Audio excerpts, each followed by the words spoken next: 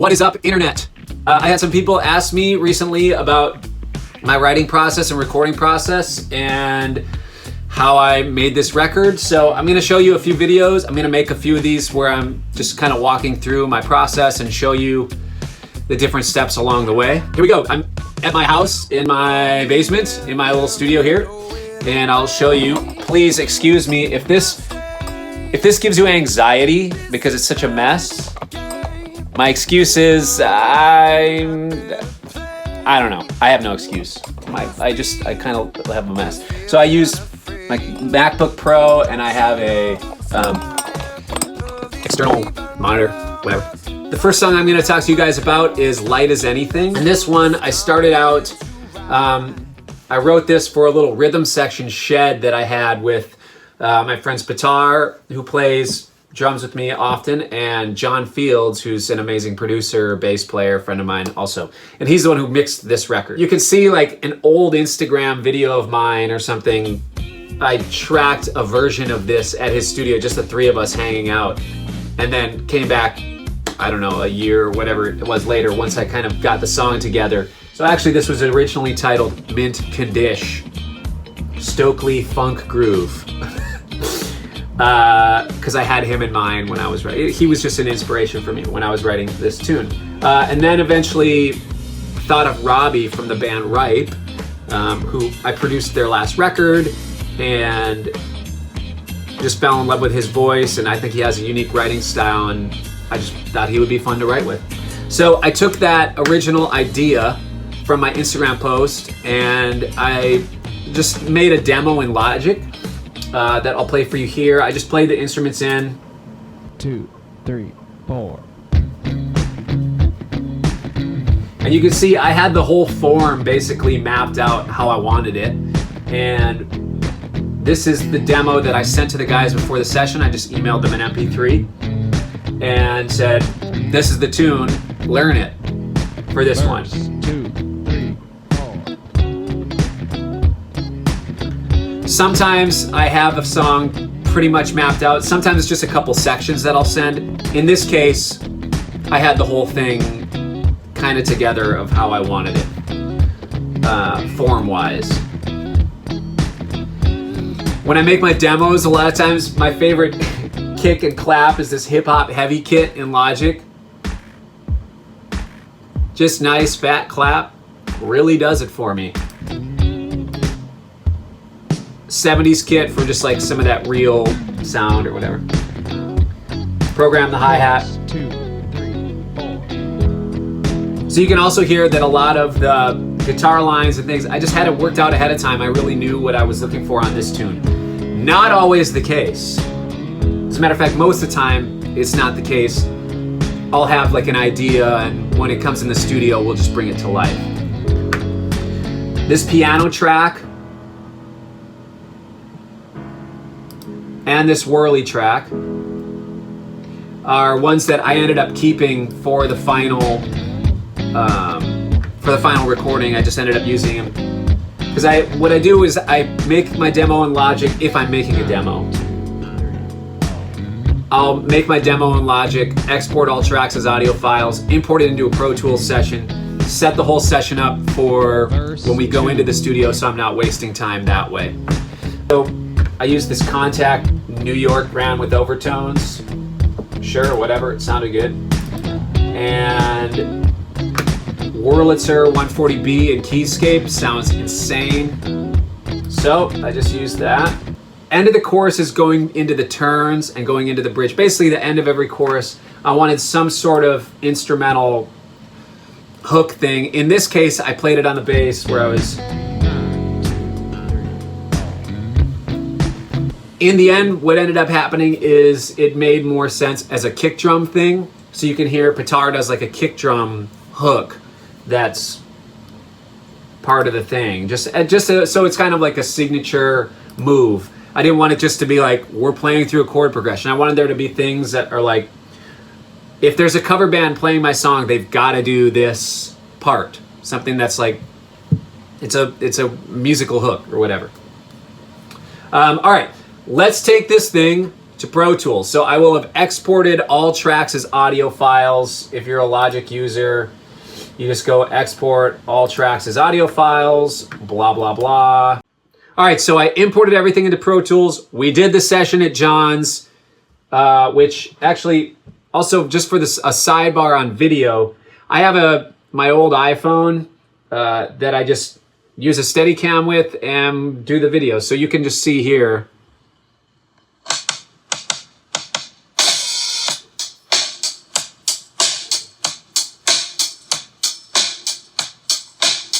This is the video from my phone. We're on headphones. No amps in the room, so that's why all you're hearing is drums. All right, now we'll dive into the drum sound on this tune. The unique thing about this song is that it was the first song that we recorded with the palindrome thing, which is basically just a mirror image drum set with Pitar, who's a lefty, and Steve, who's a righty, and one kick drum, but two drummers. And I thought that was an interesting concept that was actually birthed from my last record release show in Minneapolis. There wasn't enough room on stage for two drum sets, and I wanted to have two drum sets because, well, I wanted both drummers because they both have a really unique style and a really amazing style, but they're totally different players. And I thought it'd be fun to have them play together. So as a band, I don't remember how it came about, but it was just like, well, for the sake of room, let's just do this as one kit. So rather than me just trying to explain it to you, why don't you just watch it a little bit and then we'll talk about the actual sounds.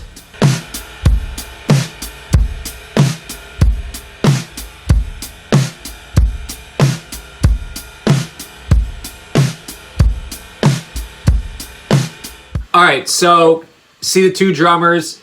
Basically the way we approach this one and the way that we approach it live also is one drummer gets kick drum control and they're the one that's kind of leading the charge of it, and the other guy is kind of aux guy. In this case, what we did is Pitar was playing kick, snare, hat, Steve played all the extra stuff, and he played all the fills. So Pitar was just handling lay the groove down, make it feel great. Steve is handling the fills and kind of the extra layers and things like that. One of the cool things Steve did was he had this cymbal on his floor tom and different sound effects, so you can kind of get this sort of thing.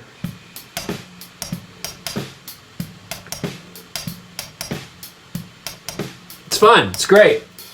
Okay, so even with that, one of the fun things I like to do is layer some extra things on top of it. So if we listen to the chorus, just the drums on their own.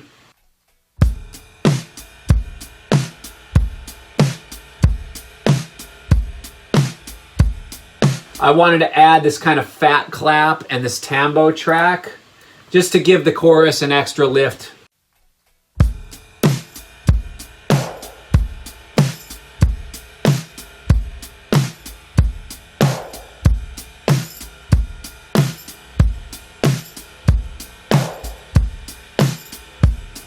And that's the drum sound. I was super excited with the way that it turned out, and there's a few tunes that have the palindrome thing on it, and we've been doing it live. It's super fun. It's just a cool, different thing that's also kind of unique because you don't have a whole lot of lefties and righties that look similar and play amazing with each other. And yeah, it's really fun. It's really cool to see those guys trying to figure it out and work it out together, and like, all right, how do we not step on each other's toes? How do we each like be our unique voice on the instrument and kind of create this new, different sound together? And it's fun. It's awesome to see. Bass tone.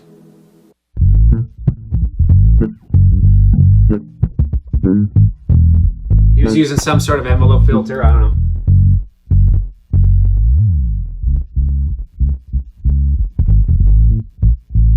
Going through a Noble DI.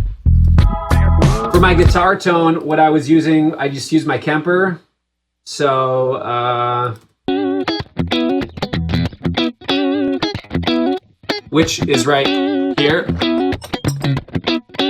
I use this, I don't know if you can see it. It's washed out or what, but it's like I either use a vibro verb or like a super reverb. pretty much the exact same part that I played on the demo. I also get the DI. You can hear the difference there on the... Sounds great.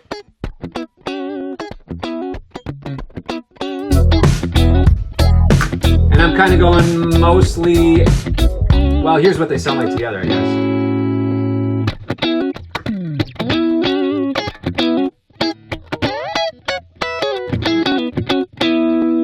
And I just leave it unprocessed.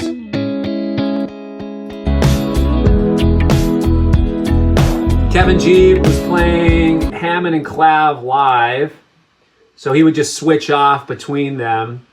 Clav part's kind of cool during the chorus. Or during the verse. Just adding a little funk to the thing. And then in the choruses, adding some of that sustained stuff. But with my original piano and whirly, like I was talking about, that I just left.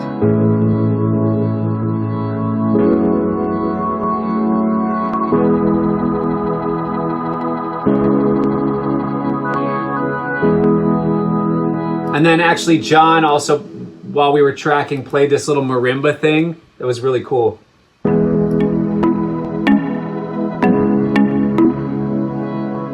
Sick. It sounded like he has this like Mellotron thing that has that sound. There was also something as far as what I wanted to do on those little turn sections, the turn after the chorus, before the verse. I wanted there to be some sort of musical hook there. Just the rhythm section on its own, when we were tracking it, this is how it was.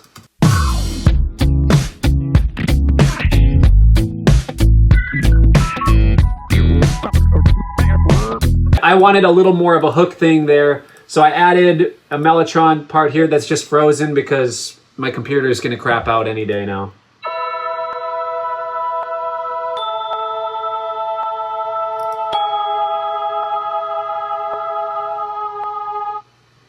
So just a little sustaining like voices thing, and then a little like glockenspiel bells thing that I thought would add just a little bit of an extra texture and something that's a little more of like a hook in that section.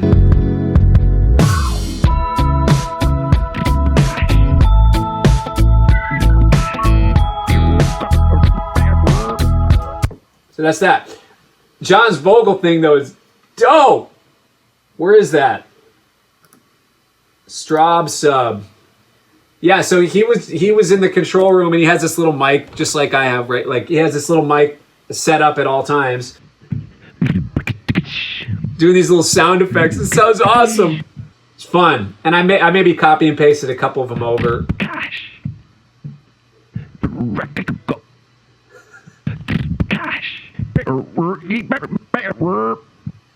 That's amazing.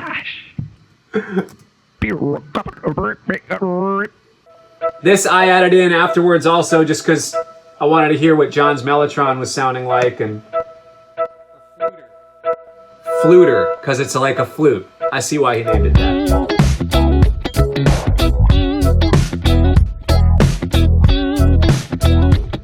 Just adds a little bit of bounce to the verses. And on that pause, I wanted something a little more sustaining, so that's why I added that. Okay, so that's what I sent to Robbie. I sent him this track, just the full mix, and just said, here's some musical ideas. Here's what I'm looking for.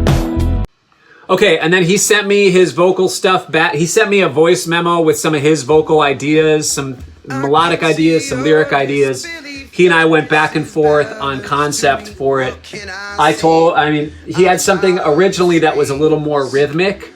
I think my note was, think of George Harrison singing a nursery rhyme, and that's what I want the melody to be more like on the verses. The one thing that I'm looking on the chorus to continue on from this moment where it's...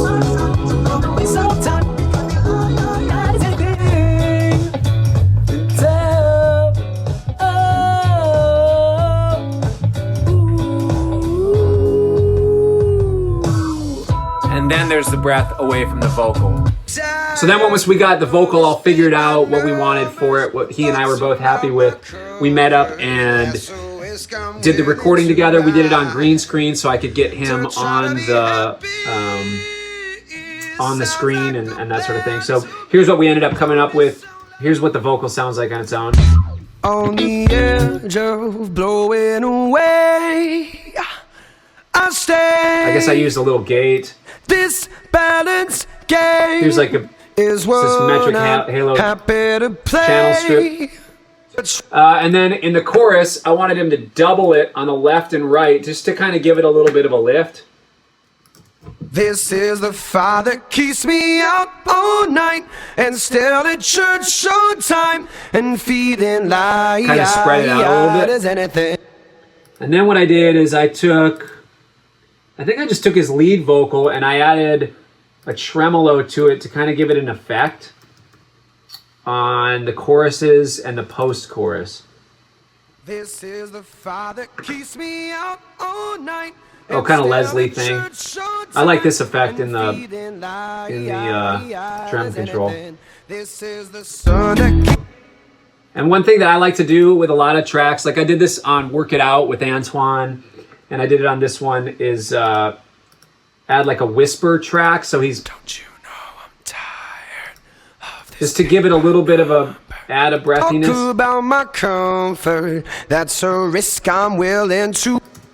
This is a fire that keeps me out all night and still at church on time and feeling light as anything. This is the sun that and I like doing that because it adds just a different thing, you know. So here's tight and somehow light as. And then later adding in these harmonies. Look down, do you see the ground? Fade out. Cool, huh? I like those. Don't be out late. Stay safe. Stay safe. Little response vocal. That was cool. That was Robbie's idea. He wanted to add that sort of thing. And then later in the bridge. It should not be up to me to say what gives you release. It should be a world that you decided. I keep my head in the clouds, but keep my feet on the ground. That's for me, the world that I had a little timing nudges over here every once in a while, you know, when you're doubling vocals. Not everybody just doubles everything perfectly, so I did a couple nudges. This is the fire that keeps me out all night and still at church on time and feed. Okay, so then afterwards, what I did after I got all these tracks together and I thought I was happy with it and I was done, I just sent it back to John so he could mix it. Okay, so then we go back and forth on a couple different mixes. I land on a final mix, but in the meantime, I use my rough mix to do my video editing. All right, so I got all my videos imported into Final Cut Pro. This right now, what we're looking at is the final session or whatever. I don't know why this is over here. Can I get rid of that? I don't really know what I'm doing. Okay, so I have everything. This is the final session, but I'll start from the beginning of what I do with my video. So I import, I have the stuff you can hear. Well, here's my rough mix lined up with it. We'd had an alternate take, but I didn't end up using any audio from it. But the video itself, and there's also this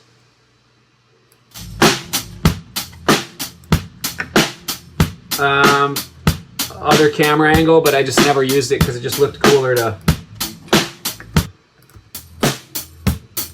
just only use the one. And sync it up.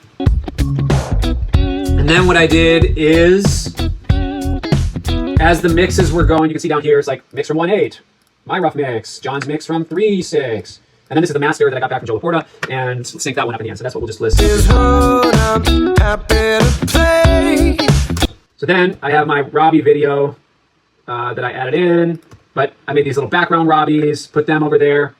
Then what I did is added this border to it just to make it look cool. Then I have Robbie's main that I add in to that. So that one's just like, this is him on the green screen. Let's see if I can actually find that clip. I don't know. It's somewhere in here. Like I said, I actually don't really know what I'm doing in Final Cut. I'm just like scathing by. And if it sounds like an airplane is taking off, that's the fan of my laptop.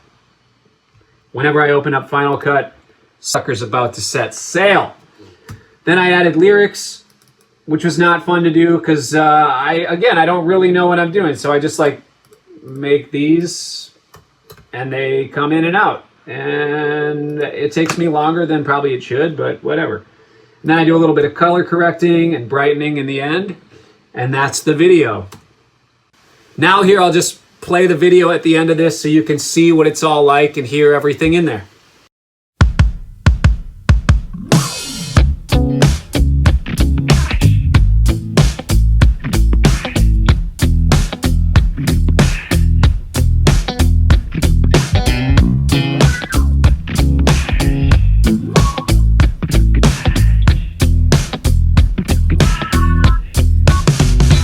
On the edge of blowing away, I stay. This balance game is what I'm happy to play. Must be this feeling of free. Don't you know I'm tired of these paint by numbers? Talk about my comfort, that's a risk I'm willing to ride.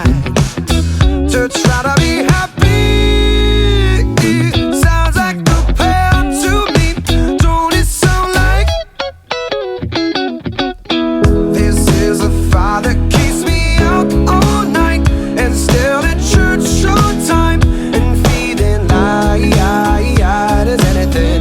This is the sun that keeps my mornings bright, that keeps my pocket tight and somehow light as anything. I'd say that life is better on my side, so come and waste some time. We could be light as anything. Look down, do you see the ground fade out?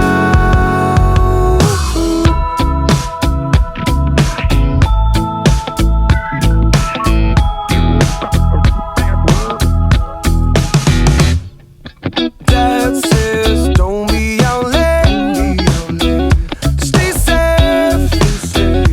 I hope that we agree on what that all means, 'cause I've been itching for a little